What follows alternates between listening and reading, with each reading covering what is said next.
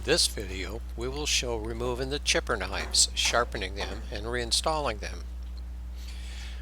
I used a small hole in the bottom of the output deflector and a string to tie the deflector out of the way. I wire brushed the threads of the holding bolt for the grate before removing it. This makes it easier to remove and prevents wear to the threads of the bolt.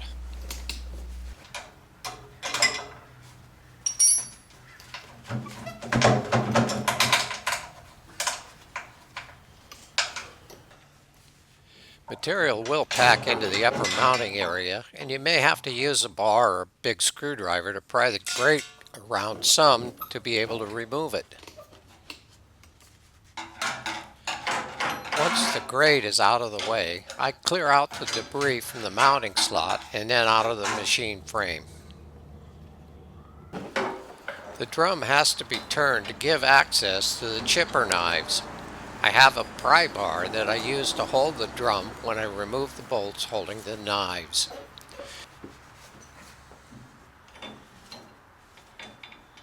It takes a 1/2 inch socket for the bolt heads, and I usually use a 3/8 inch drive breaker bar to initially loosen them.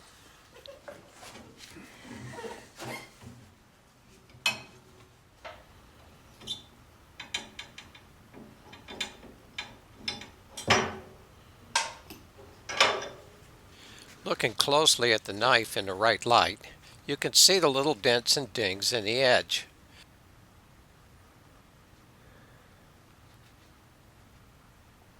There are two sides to these blades, and in my experience, I always seem to run one side longer and put more damage on it than on the other.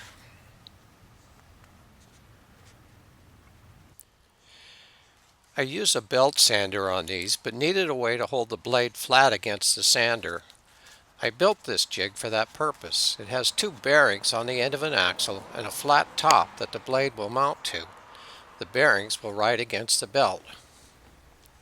I use the flat top of my desk and hold the bevel edge of the blade down.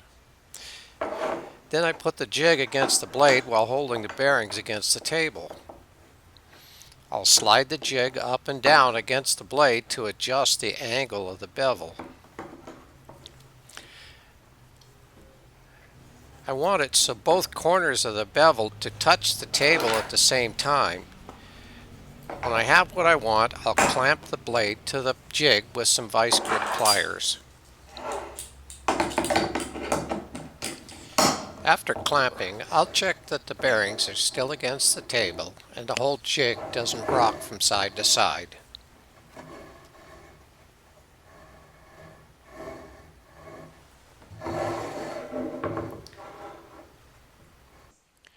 I'm using a 4 by 36 inch belt sander with a 120 grit sandpaper to grind the blade. The flat table is wide enough for the whole blade, and my jig holds it at the right angle. I've tried other methods of grinding, but they either were not accurate or were way too slow. I grind for a short time and then check the edge. I'll check to make sure that the grinding is square all the way across the face. I can make adjustments at this time if I need to. It does take some amount of grinding and time before all the nicks are machined away.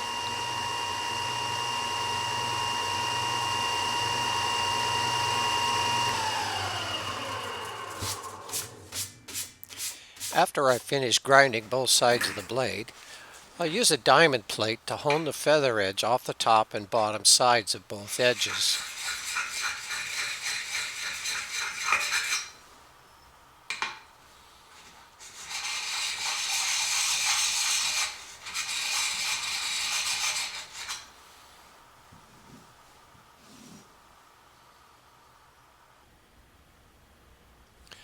I'll move the blade in the light, trying to see that the edges are straight and that the nicks are all gone.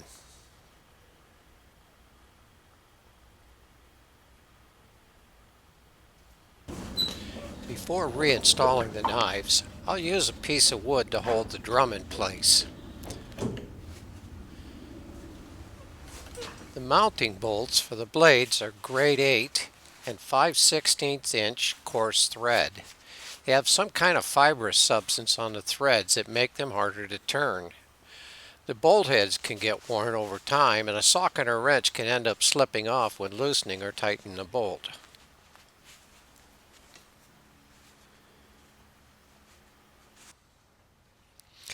The knives can be a little bit of a pain to get in place and then line up a bolt to a threaded end.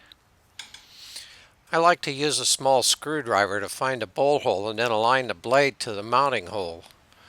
Once the first bolt is started and turned in some, I'll install the second bolt.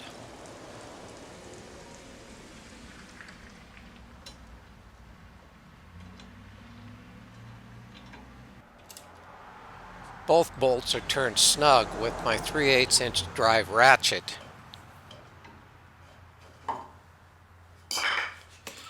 Now I'll use a bar to hold the drum to final tighten the bolts.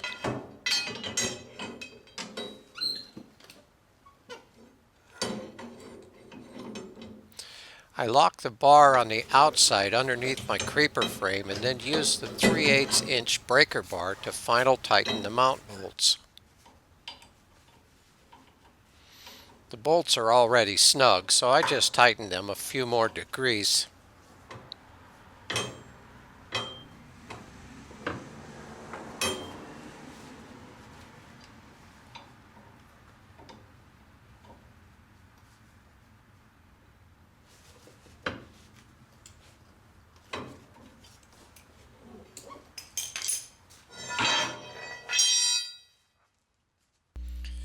Now that the chipper knives are done, it's time to move on to the shredder knives. I'll show you that in the next video in this series. Until then, stay safe.